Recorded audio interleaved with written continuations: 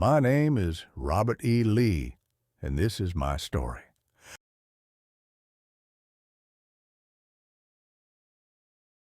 I was born on January 19th, 1807, at Stratford Hall in Westmoreland County, Virginia.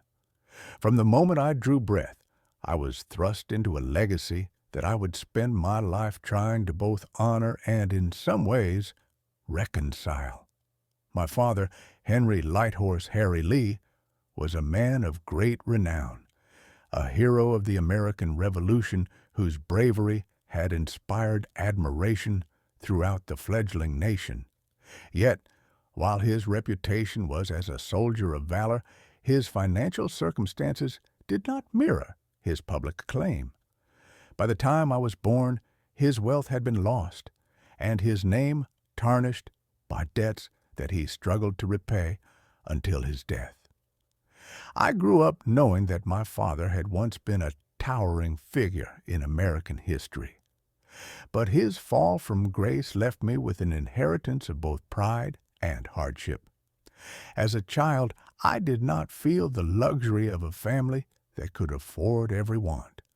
We were not poor, but neither did we possess the abundance that once flowed through the Lee household. My mother, Anne Hill Carter Lee, was a woman of great dignity and strength, a matron of virtue who worked tirelessly to keep the family together after my father's financial ruin. She was my pillar, a constant reminder of what it meant to carry oneself with grace, even in the most trying circumstances. Though her love was unwavering, her heart too carried the weight of the past. In those early years, I knew little of the world beyond our state, but what I did learn came from the examples set by those who shaped me most. My family was steeped in military tradition, and from a young age I felt a deep and abiding respect for the ideals that shaped this nation. My father's history, though complicated, was my introduction to the notion of honor and service. Even without wealth, he commanded respect and admiration, and it was these values of duty and sacrifice that would guide me throughout my life. At the age of 6, I was sent to Alexandria to live with my uncle and aunt. My uncle, a devout and strict man, impressed upon me the importance of education and discipline. It was there that I first encountered formal schooling, and I learned quickly that my future would depend on my ability to absorb knowledge.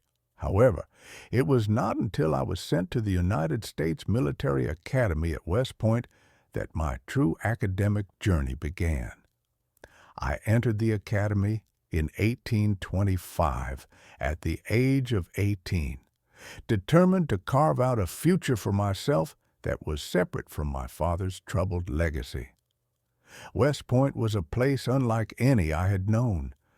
It was rigorous, demanding, and steeped in a long tradition of discipline and excellence. The atmosphere was one of duty and accountability, and I, like the others, was expected to meet these standards with unwavering commitment. At first, I found the adjustment difficult. I was far from home, and the absence of family left me with a quiet sense of loneliness. But I soon realized that my success would depend on my ability to excel in this demanding environment. I threw myself into my studies and military training with determination. My academic record at West Point was impressive. I graduated second in my class of 46 cadets, a distinction that I took great pride in. The academy shaped me, honed my character, and instilled in me the values of duty, honor, and country that would govern my decisions for the rest of my life. The experience also imparted to me a profound understanding of leadership and the responsibilities it entails. I was not one for the spotlight, nor did I seek fame, but I recognized that I had been given the tools to lead and that it was a responsibility I could not take lightly. It is said that I never had a single demerit during my time at West Point, but I would not call myself a saint. My years at the academy were marked by a quiet intensity, a drive to succeed that kept me on course even when temptations to stray appeared. There were moments when the weight of the institution's rigor felt almost oppressive, but I kept my eyes on the end goal, a commission in the U.S. Army, where I would have the chance to serve my country and uphold the ideals I held dear. Upon graduation, I was commissioned as a second lieutenant in the Corps of Engineers. While this new chapter in my life was full of promise, it was also a time of great uncertainty. I had succeeded academically, but the path before me was unclear. I did not have the easy entry into high command that many of my peers enjoyed, nor did I possess the wealth and social status that might have smoothed my ascent. Still, I had learned to be patient and persistent, knowing that my education and experience would open doors for me if I remained steadfast. In those early years of my military service, I was stationed at a number of posts in the United States. My first assignment was at Fort Pulaski, Georgia, where I spent much of my time involved in engineering projects and the construction of fortifications. It was a quiet, solitary existence, and I often found myself reflecting on the lessons learned at West Point. The importance of organization, leadership, and strategic thinking were all reinforced in my work. Yet, I often found myself yearning for something more, something that would allow me to test my abilities in the field of battle. Little did I know my moment would come, but not until the outbreak of the Mexican-American War. Despite the challenges and isolation of my early military career, I never once doubted the path I had chosen. The discipline of West Point had laid the foundation for my future, and I knew that the years of quiet service would eventually lead to something greater. My early life was one of both privilege and struggle, shaped by a family legacy that was both inspiring and fraught with hardship.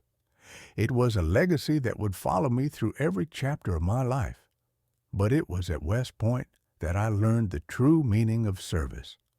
From that moment on, I was not only Robert E. Lee, son of Light Horse Harry Lee, I was Robert E. Lee, officer of the United States Army, a man bound by duty and honor to his country.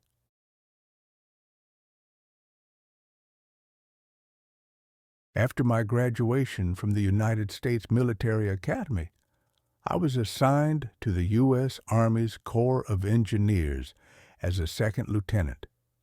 My first posting was at Fort Pulaski in Georgia, where I began my military career in earnest. The fort, located on an island near the mouth of the Savannah River, became my first place of service. But it was not the glamorous post I had imagined as a young cadet at West Point.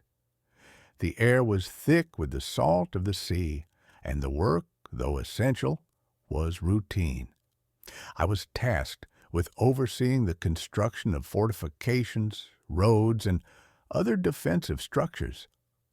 The job, though vital to the security of our nation, was not one that immediately tested my combat readiness. I had little in the way of companionship. The work was solitary, and the isolation on the island was often intense. Still, I immersed myself in the challenges of the engineer's craft. I had been trained in the fundamentals of military engineering at West Point, and I soon applied that knowledge to the task at hand. There were moments of doubt, for there were no great battles to test my mettle, but I took pride in the work I was doing. As a young officer, I believed that success would come from the dedication to the small things, attention to detail, discipline, and the ability to manage the difficult situations that arose. Despite the quiet nature of my early service, I could feel the stirrings of something greater beyond the horizon. It was not long before my patience and diligence would lead to an opportunity for more active service. In 1836, I was transferred to the ever-expanding frontier of Texas, where tensions with Mexico were escalating. The smell of dust and the crack of a distant rifle seemed ever present in the air, and I knew that the challenges ahead would be unlike anything I had faced before. It was in Texas that I had my first true test as a military officer. The region was a harsh and unforgiving place, full of conflict and unrest. In addition to my duties as a military engineer, I was tasked with overseeing the construction of fortifications and the maintenance of supply lines. At the time, Texas was a place of uncertainty, and the threat of war with Mexico hung in the air. Though I was not yet deeply involved in the military operations on the ground, I knew that my role would soon be crucial to the outcome of the conflict. Then came the news that the war with Mexico had broken out in 1846. The United States had declared war over a territorial dispute, and the question of Texas was at the heart of the matter. The call for officers to lead our forces came swiftly, and I found myself assigned to General Winfield Scott's campaign in Mexico. This was the moment I had been waiting for, a chance to prove my skills and test my leadership abilities. The years of quiet service, the careful study of military strategy, and my training as an engineer would now be put to use in the heat of battle. The Mexican-American War was a pivotal moment in my life. I had the honor of serving under General Scott, a man whose leadership would deeply influence my own understanding of military command. Scott was a commander of great reputation, a man whose strategic genius was widely admired. Under his guidance, I participated in several key campaigns, including the invasion of Mexico, the Battle of Veracruz, and the march to Mexico City. The Battle of Veracruz was my first major test in combat. The city of Veracruz, located on the Gulf Coast, was a strategic stronghold, and the U.S. Army's objective was to capture it in order to advance further into Mexico. The operation was a formidable one, requiring meticulous planning and coordination. My engineering background became invaluable during the siege, as I was tasked with overseeing the construction of siege works and fortifications. There was no room for error, as time was of the essence, and the Mexican defenders were formidable. I found myself deeply involved in the planning and execution of the siege.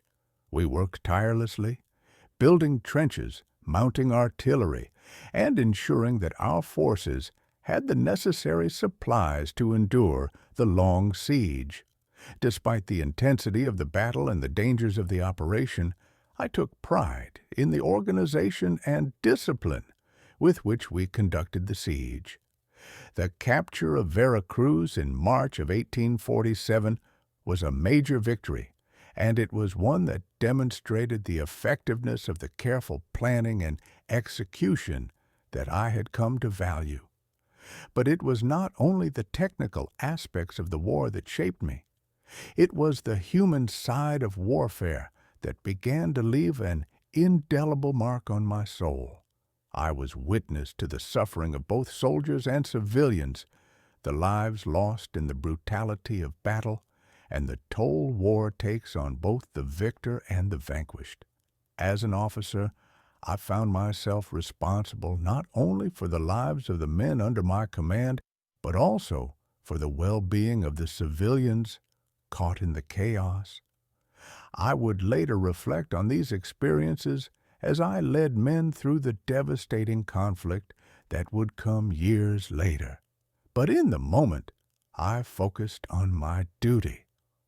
The march to Mexico City was another significant chapter in my service during the Mexican-American War. The campaign was grueling, and the landscape was both beautiful and treacherous. The long marches and the endless days of combat wore on the men, but we pressed forward, knowing that our success was crucial to the future of our nation. The eventual capture of Mexico City in September of 1847 marked the culmination of the war and secured the U.S. victory. The treaty that followed, the Treaty of Guadalupe Hidalgo, was a decisive moment in American history, securing the territories that would shape the future of the Southwest. Throughout the war, I was fortunate to receive commendations for my leadership and service, but I remained humble. I did not seek fame.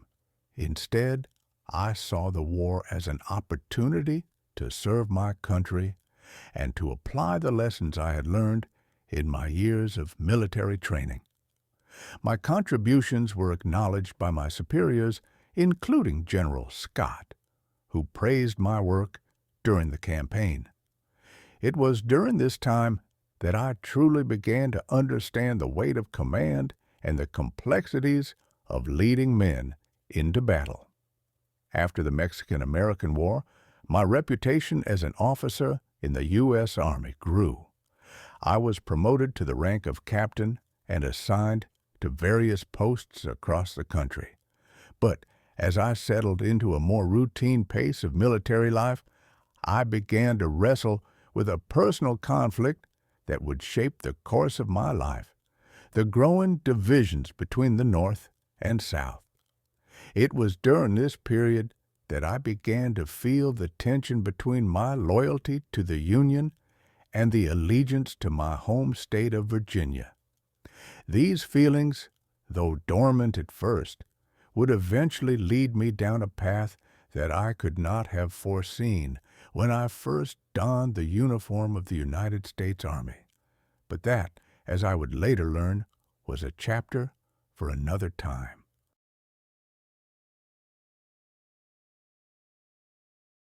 It was in the years following the Mexican-American War that I found myself in a more settled, albeit somewhat quiet, phase of my life.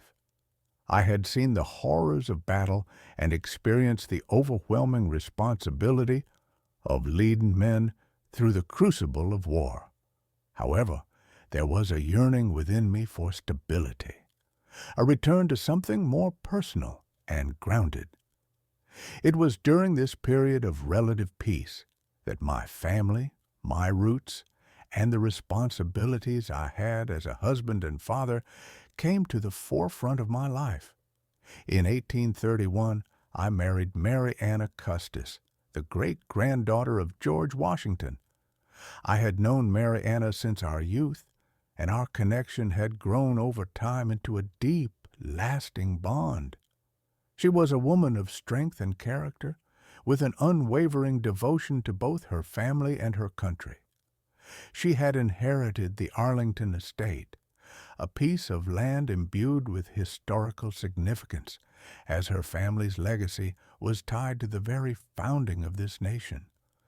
While I did not know at the time how important this estate would become, the land and its history would shape our family's future in ways I could not have foreseen. Together, Mary Anna and I raised a family of 7 children, 3 sons and 4 daughters. They were my pride, my joy, and my responsibility. Though I was frequently away due to my military duties, I remained devoted to them, and I cherished the times when I could be with them. In my quieter moments, when I returned from distant postings or military engagements, it was at Arlington that I felt most at peace. The house, though modest in comparison to the grand estates of our time, stood as a symbol of my wife's lineage, and it became a haven for us all. Arlington itself was not just a place of residence. it was a legacy. The estate, sitting on the banks of the Potomac River, had an aura of history that resonated deeply with me. When I took up residence there, I found myself in the shadow of the past, not only through my wife's connection to George Washington, but also through my own family's heritage. The land was a reminder of the sacrifices that had been made to build this nation, and it was here that I began to reflect more deeply on the trajectory of our country and the growing divisions within it. In 1857, I was assigned to the command of the 2nd Cavalry, which stationed me once again in Texas. Though my military duties took me away from Arlington, it was still a place I called home, and I frequently returned there to be with my family. The time in Texas was marked by conflict and the instability that always seemed to accompany life on the frontier. While I worked hard to establish a firm military presence and ensure order, I could not ignore the growing tension that loomed over the nation. Slavery, an issue I had long struggled with, seemed to be at the heart of the divide between the North and South. And while I never believed in the institution, my loyalty to my home state of Virginia, my heritage, was strong. The year 1859 marked a pivotal moment in my life. The John Brown raid at Harper's Ferry was an event that shook the nation, and it was a situation I was tasked with managing. When Brown's band of abolitionists attempted to seize the federal armory at Harper's Ferry in Virginia, I was called upon to lead the U.S. Army response. Brown's rebellion was swiftly quashed, but the raid had profound consequences for the nation. It exposed the deep divisions between North and South and brought the issue of slavery to the forefront in a way that nothing had before. In many ways, it was the beginning of the final chapter leading to the Civil War. The raid at Harper's Ferry, though a victory for the Union, made it all too clear that the country was heading toward irreparable division. My involvement in the response to Brown's rebellion was a somber reminder of the tensions that existed. I had been a loyal officer in the United States Army, but my state, my heritage, was being increasingly forced into opposition to the Union I had sworn to defend. As I stood at Arlington, surrounded by the land that had been in my wife's family for generations, I knew that the time was nearing when I would have to make a decision. The path I would choose would not only affect my family, but the very future of the country I had served.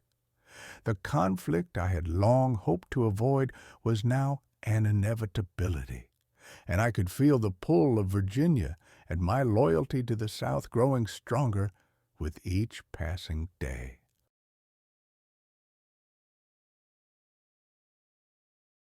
The year 1860 was a turning point for me, a year that brought a new and haunting clarity to the course of my life.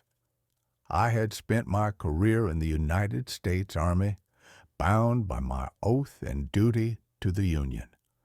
I had given my service to my country in Mexico, in Texas, and at the various posts I had occupied throughout the years.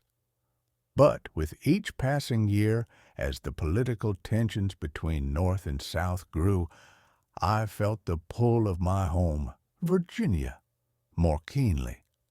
I found myself caught between the commitment to the Union, which I had sworn to protect, and my deep, unwavering loyalty to my state, to the land of my ancestors.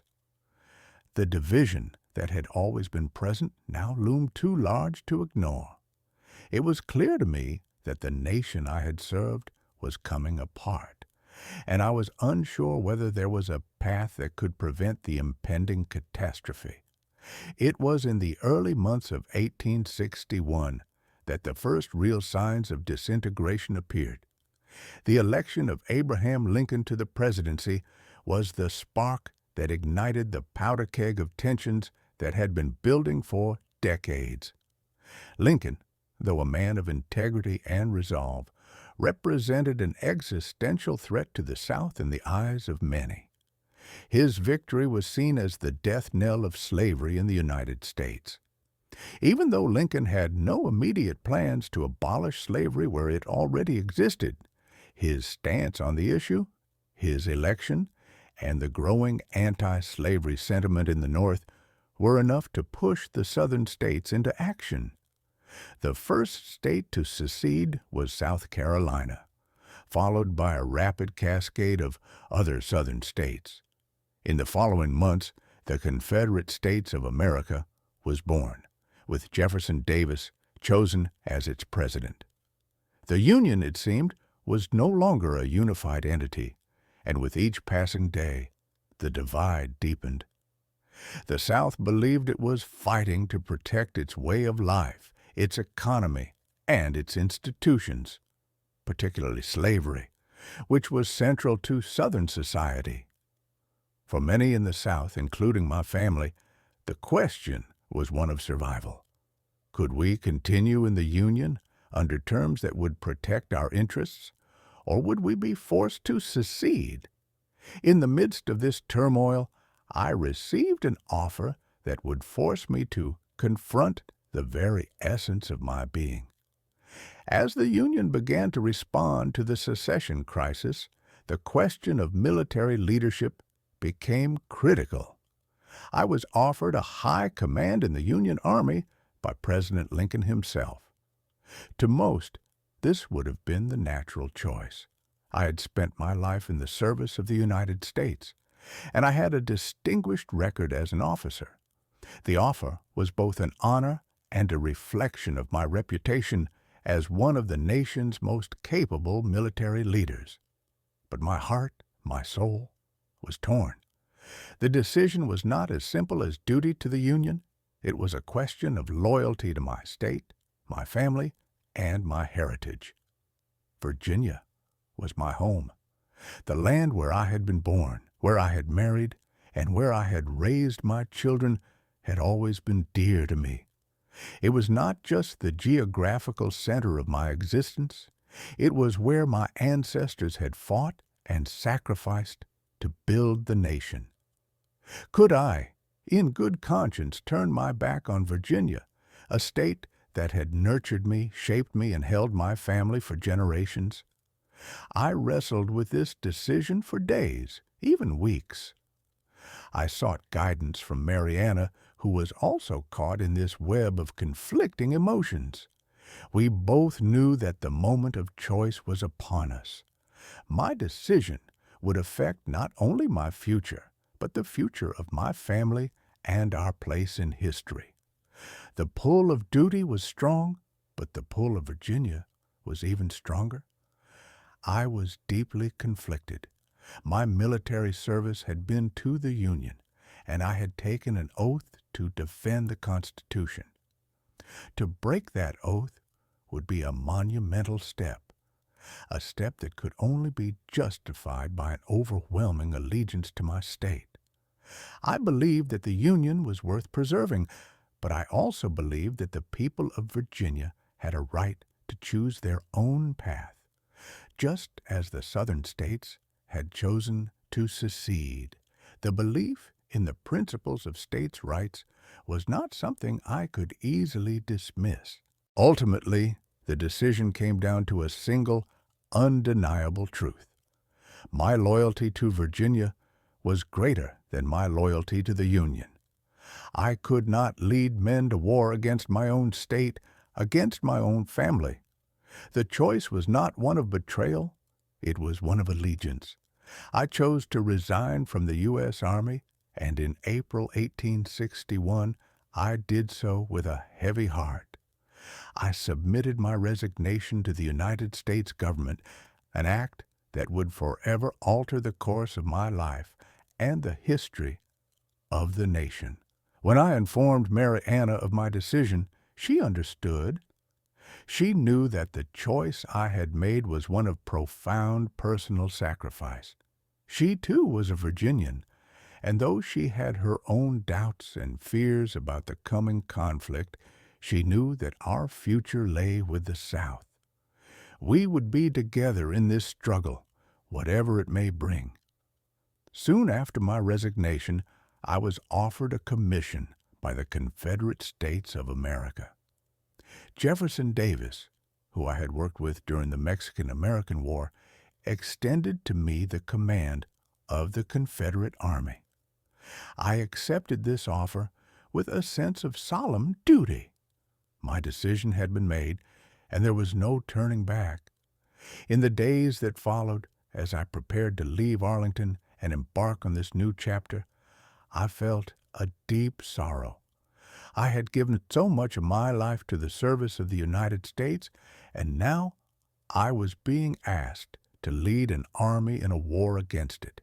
Yet I could not deny the call to serve Virginia, and I could not stand by while the state I loved was forced into conflict with the Union. As I stood at Arlington, looking across the Potomac River toward the nation's capital, I wondered if I would ever again return to this home. The decision I had made was final, and I could not foresee how it would unfold. The Civil War, as I would soon learn, was not just a war for the future of the country. It was a war that would define the fate of every man, woman, and child in America. But I had made my choice. I had chosen my state, my home, and my people. And now it was time to lead them into the battle that was sure to come.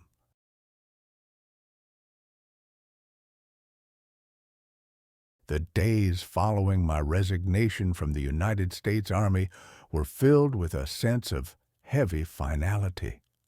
I had made my choice, and there was no turning back. As soon as I accepted the commission from the Confederate States of America, the reality of the situation began to settle upon me. The war was coming, and it would test every ounce of strength, character, and resolve that I had. There would be no avoiding the carnage, no turning aside from the immense responsibility now placed upon my shoulders. The first days in Confederate service were full of uncertainty. I had been appointed as a general in the Confederate Army, but we were still an army in its infancy. We had no vast stores of supplies or well-trained troops. We were an underdog force, one that would have to make up for its lack of resources with skill, leadership, and determination. The Confederate government was still finding its footing, and the Southern states were not fully united in their resolve. There were many who doubted whether we could stand up against the might of the United States. I took my new position seriously. I knew the full weight of the responsibility I had accepted. In the coming days and months, I would be entrusted not only with leading men into battle, but with the defense of my home, my family, and the very future of the South. The cause we fought for was deeply personal to me, and I understood that the stakes were as high as any battle I had ever faced. When the first shots of the war were fired at Fort Sumter in April 1861, I knew that nothing would ever be the same again. The Confederacy had acted in self-defense, but it was a declaration of war nonetheless. The Union responded quickly, and the flames of war spread across the country. As a military man, I had prepared for this moment, but nothing could have fully prepared me for the scale and brutality of the conflict that would follow. The battlefields of the Civil War were unlike any I had encountered before. The destruction, the suffering, the scale of the bloodshed, it was all far greater than any war I had participated in previously.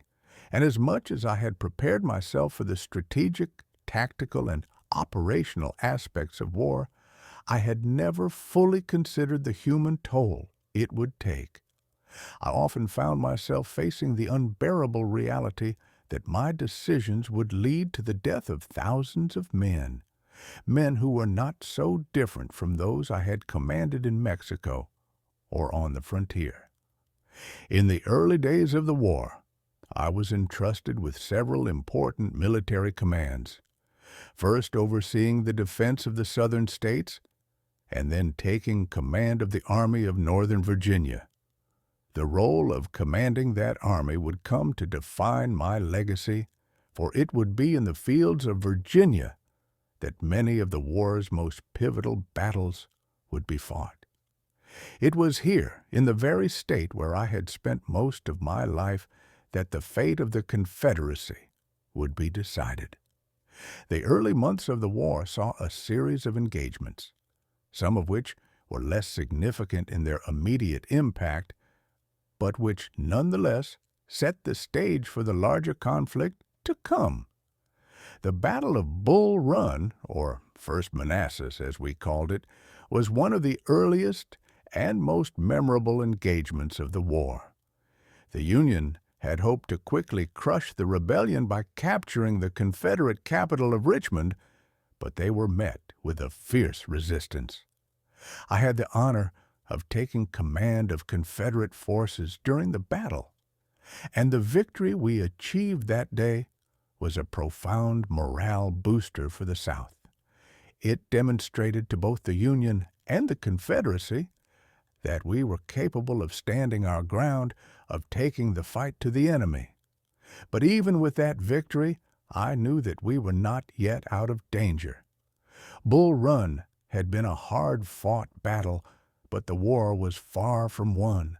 The Union Army was vast and well-equipped, and it had the full support of the industrialized North. The Confederacy, on the other hand, was not so fortunate. We lacked the manpower, the resources, and the infrastructure to sustain a prolonged conflict. I could feel the weight of this reality pressing down on me, but I knew that as a leader, I had to remain resolute.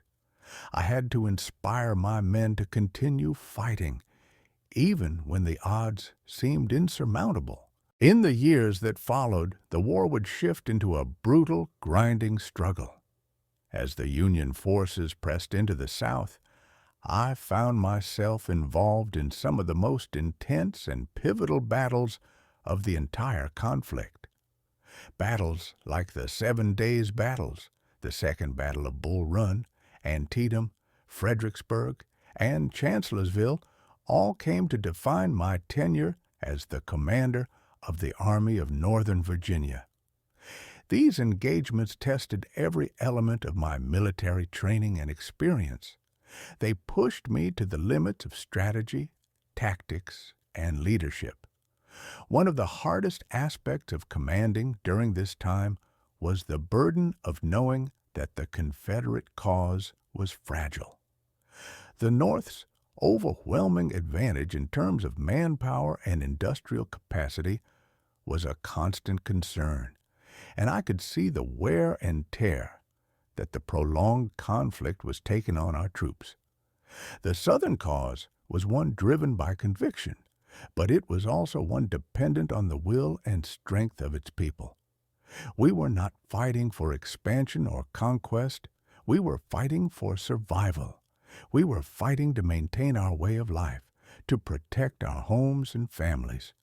There were moments of triumph, such as our victory at Fredericksburg in December 1862, which gave the Confederacy a much-needed morale boost. But these victories were always bittersweet, for they came at a terrible cost. Each battle left behind the bodies of young men who would never return home to their families. Each success was tempered by the realization that the war was a war of attrition, one that we could not afford to lose, but which we could not easily win. I began to see the war for what it truly was, not just a fight for the future of the South, but a fight that would define the soul of a nation. The loss of life, the destruction of property, and the rupture of families would forever alter the United States and the South. But It was a cause that I could not abandon, no matter how difficult it became. The men under my command looked to me for leadership, and I could not let them down. We had come so far, and I could not stand by and let the South fall into ruin. As the war moved into 1863, the landscape of battle became even more complex. My mind often turned to the bigger picture, the ultimate goal of the war, but the weight of each engagement, each loss, each decision I made continued to hang over me. I knew that we were fighting against an adversary with greater resources, but we were fighting with a passion and a sense of purpose that no amount of resources could match. The first true test of the Confederacy's ability to hold its ground would come at Gettysburg. It was a battle that would decide the future of the war, and I knew that we had to win.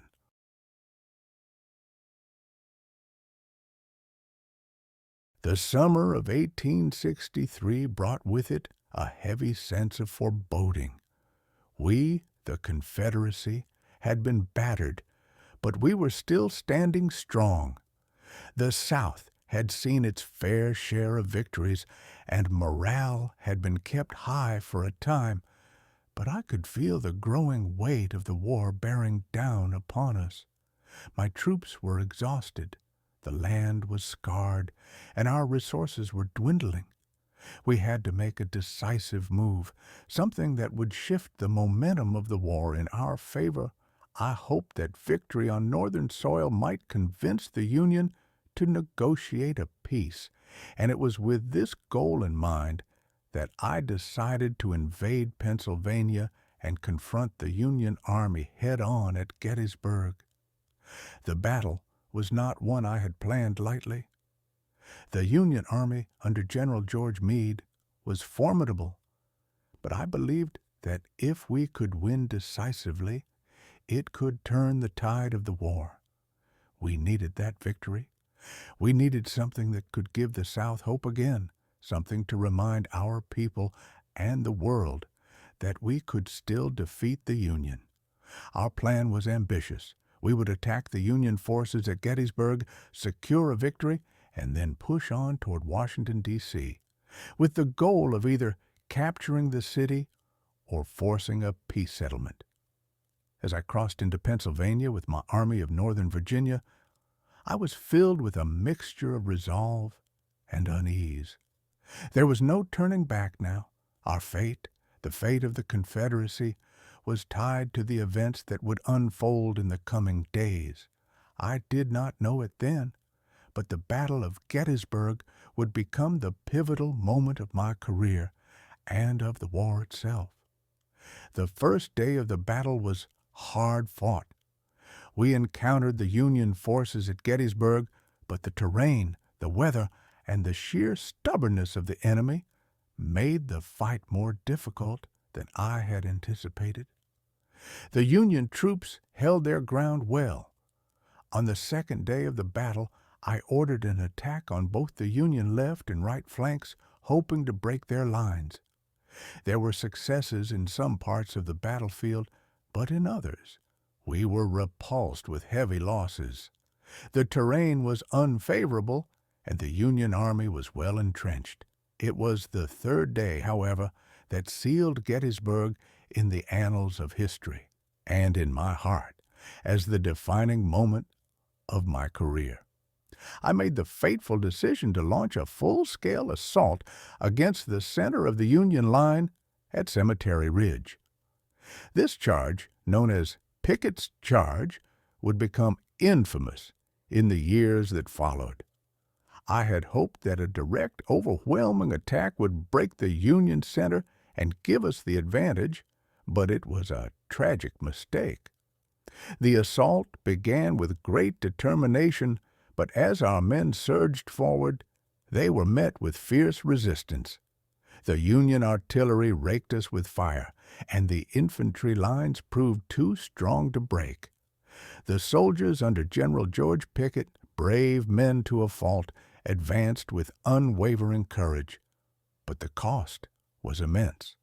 The men who made it to the Union lines were few, and those who fell in the charge were many. It was a disaster, a moment I would never forget for as long as I lived. By the end of the third day, we had suffered catastrophic losses. I knew that Gettysburg had been a defeat, and a defeat of such magnitude that it would have lasting consequences for the Confederacy. We had failed to achieve our goal of forcing a peace and had lost nearly one-third of our army in the process. The Northern press, the Northern government, and even my own men would see Gettysburg as the turning point of the war.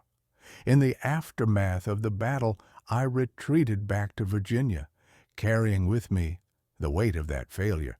I had been so certain that victory was within our grasp, so confident that we could change the course of the war. But now the Confederacy was left to lick its wounds, and my reputation, which had once been one of invincibility, was now shadowed by the defeat. The loss at Gettysburg marked the beginning of a long and painful decline for the Confederate cause. My troops, once proud and energetic, were now demoralized, and the hope that victory could still be achieved seemed to grow ever more distant. But as difficult as it was, I refused to let Gettysburg define us. The war was far from over.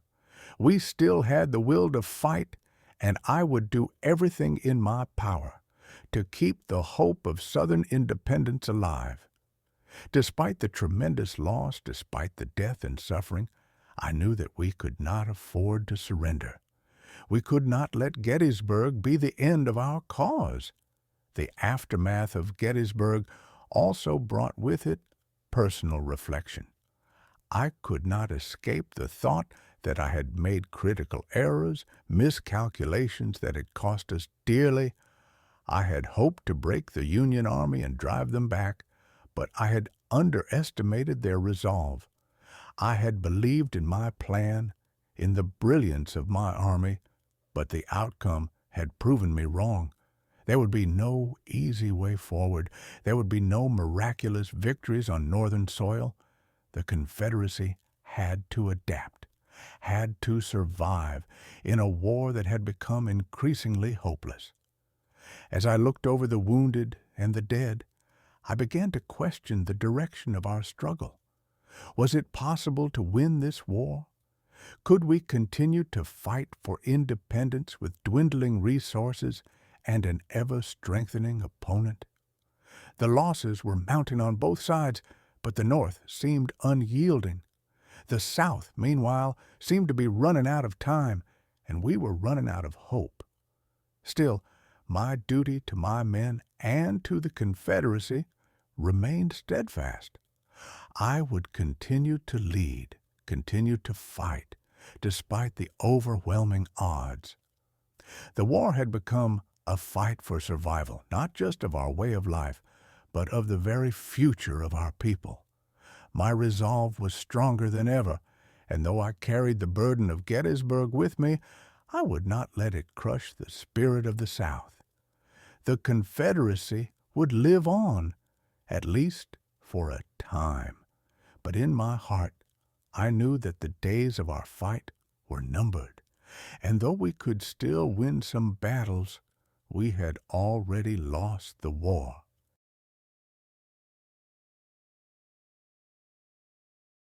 As the war raged on into 1864, the shadow of defeat loomed ever larger over the Confederacy. The victory we had so desperately sought at Gettysburg had slipped through our grasp, and the resources of the South had dwindled to a fraction of what they had once been. We were a nation on the brink of collapse, and the weight of responsibility for the South's future lay heavily upon me. Yet, even as the situation grew dire, I could not abandon my duty. I could not, in good conscience, leave my men or my cause. They had followed me through so much already, and I owed it to them to see the war through, no matter how impossible victory seemed. The Northern Army, under General Ulysses S. Grant, had proven relentless. His strategy was simple: wear us down, and that is precisely what he did. The Overland Campaign, which began in the spring of 1864, was a grueling testament to Grant's unyielding will and his ability to sacrifice his men to achieve his objectives. He came at us in wave after wave, pushing relentlessly southward, refusing to give us any respite. In our battles, from the Wilderness to Spotsylvania to Cold Harbor, we fought hard, and we fought to the last man. But our strength was fading. The Union Army's numbers were overwhelming, and their supplies were seemingly endless. Each victory, if it could even be called that, came at a steep price for us. The casualties mounted, and I saw the toll it was taking on my soldiers, many of whom were little more than boys. Yet, despite it all, they fought with a determination that astounded me. They were still willing to follow me, to stand and fight for their homes, even when we all knew how much the odds had turned against us. The war had transformed into a test of endurance, and the Confederacy was beginning to show signs of breaking under that strain. I knew in my heart that the end was near. The Confederacy, once full of hope and fighting spirit, was now a shadow of its former self. Our ability to sustain ourselves, to replenish our forces and resources, had become a fading hope. I began to see the weight of every loss more clearly. There were no longer enough men to replace those who fell. There were no longer enough supplies to keep our forces at full strength. And in the face of this crushing reality, the question I could not escape was, how much longer could we continue? Grant's army, after months of relentless pressure, had finally reached the point of total encirclement. Richmond, our capital, was under siege, and its fall seemed inevitable. The Confederate army, though still capable of skirmishing, no longer had the ability to hold its ground. I saw the writing on the wall. My army was fractured. The spirit of the men was wearing thin, and the hope that had once burned bright in our hearts had been dimmed by years of hardship and loss. The finality of the situation began to sink in. In the early spring of 1865, as Grant closed in on Richmond, I knew that it was only a matter of time before we would be forced to surrender. The city fell on April 3rd, and with it, the last vestiges of Confederate resistance in Virginia. I withdrew my army from Richmond and began the long, difficult retreat to the west. The pursuit by the Union Army was relentless, and the men who followed me were exhausted. We were a beaten army, but we would not yet give up.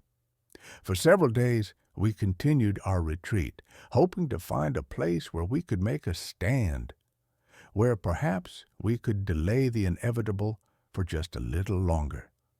But the distance between us and escape was narrowing by the hour.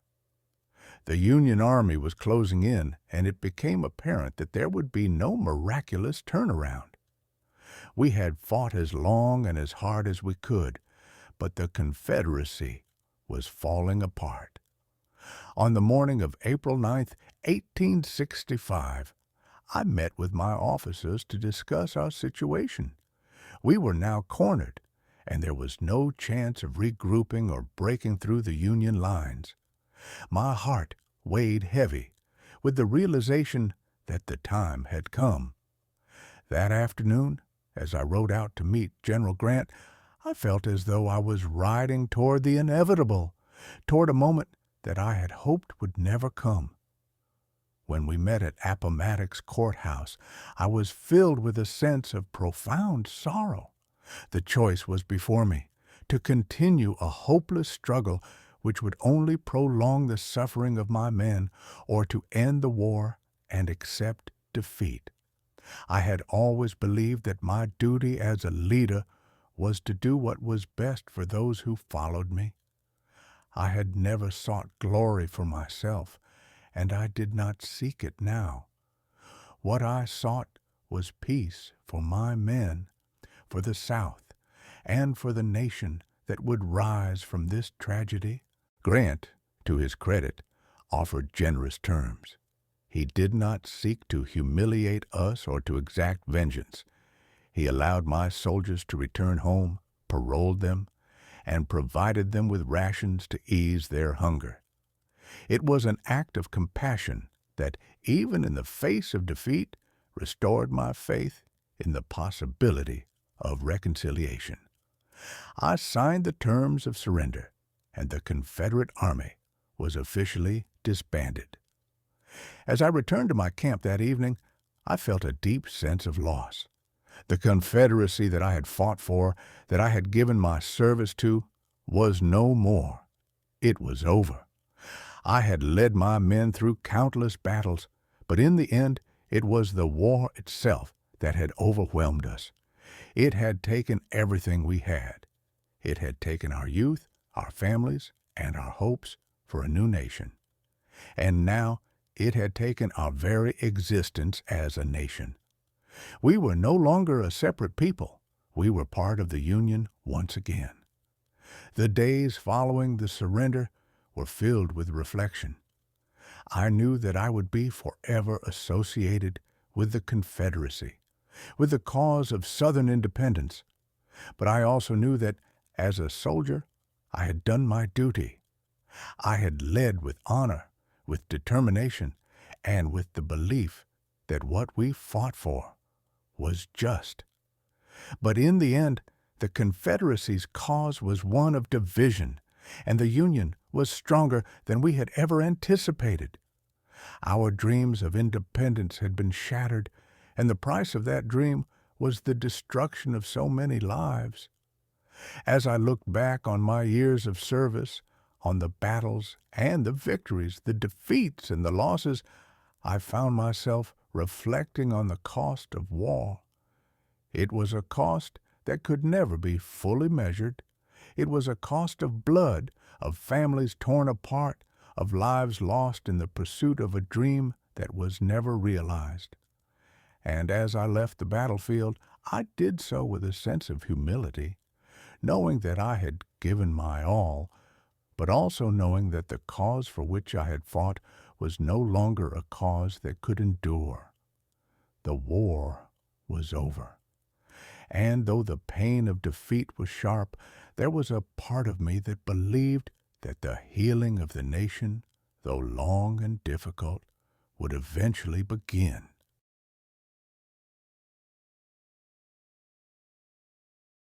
The war was over. The sounds of battle had faded. The smoke had cleared, and the country that had once been divided by war was now bound together in its aftermath. But for me, the end of the war marked the beginning of a different struggle, one that would not be fought with rifles and cannons, but with reflection, with rebuilding, and with the weight of the decisions made during the long, hard years of conflict. When the Confederate Army surrendered at Appomattox, I knew that I had lost more than just the war. The South had lost its way of life, its identity, and its hopes for independence. We had fought for a cause that, in the end, was deemed unjust by the rest of the nation. But the soldiers who had followed me had fought bravely and selflessly. And while the Confederacy's defeat was final, I could not abandon those who had given so much. In the years following the war, I would be tasked with helping to heal a wounded nation, and perhaps, in some small way, to heal myself. After the surrender, my life was in turmoil. I was faced with questions I had never imagined would plague me. What was the role of a man who had been a leader of a defeated cause? What was my place in a nation that had not only rejected my beliefs, but had now been reshaped by the horrors of the war? Many of my fellow Southerners turned to bitterness, to resentment, to a desire to keep the war alive in their hearts. But I knew that we had to move forward. The Confederacy, as it once was gone. There could be no return to that way of life. I had returned to a country that was broken, physically, emotionally, and politically. The Reconstruction period had begun, and the South was under the watchful eye of Northern forces. It was a time of great tension. The scars of war were visible in every town, in every family. The Union had emerged victorious, but it had paid a heavy price as well. There was no easy path to healing. And yet, I could see that the future of the South and the Union rested upon the choices we made in the years to come. I spent the first few months after the war in relative isolation, reflecting on the war's toll and the question of my own future. For much of my life, I had been defined by the military, by the uniforms I wore and the orders I gave. But now, in this new world, what would I do? Who was I if not a soldier? I was offered many things in the years that followed. Opportunities to speak out, to return to politics, or even to fight for the Southern cause in a different form. But I chose a different path. I chose to become the president of Washington College, now Washington and Lee University, in Lexington, Virginia. It was there, in the quiet of academia, that I began to find a new purpose. I became a teacher, a guide for young men, many of whom were facing the same challenges that I had faced in my own youth.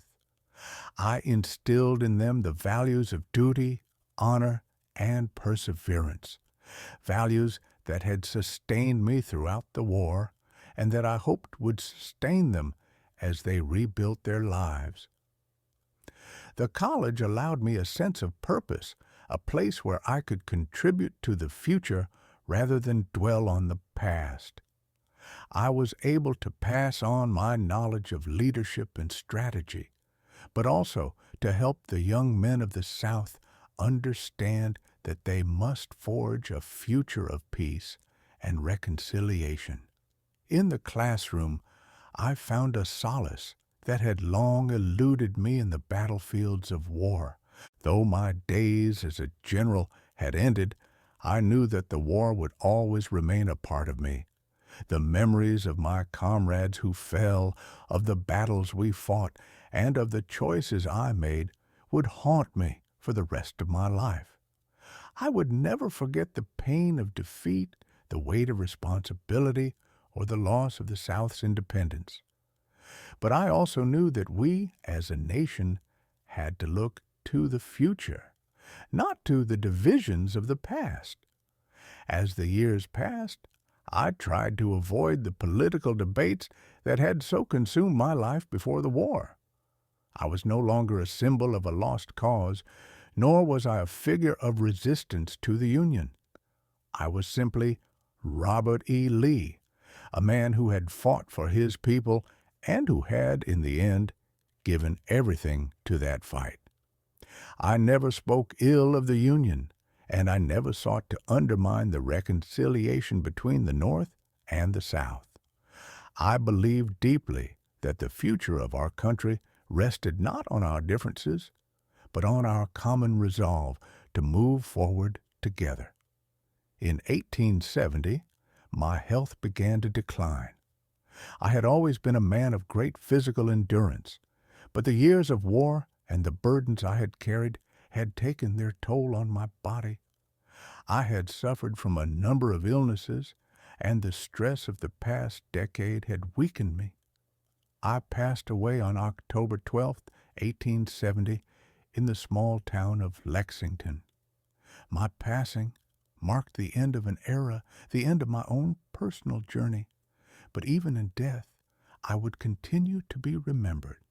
I had lived a life of service, of sacrifice, and of duty. While my decisions had been contested, my actions, at least in the eyes of many Southerners, were seen as those of a man who had done his best for his people, his family, and his country. I had fought for what I believed in, and although that belief was ultimately not victorious, I could take pride in the fact that I had always given my all. The legacy of the war would be shaped by those who came after me, but I hoped that, in time, the wounds of the past could be healed. I believed in the unity of the American people, even if that unity had come at a high cost. I hoped that future generations would look back on the war not as a conflict that divided us, but as one that ultimately brought us together.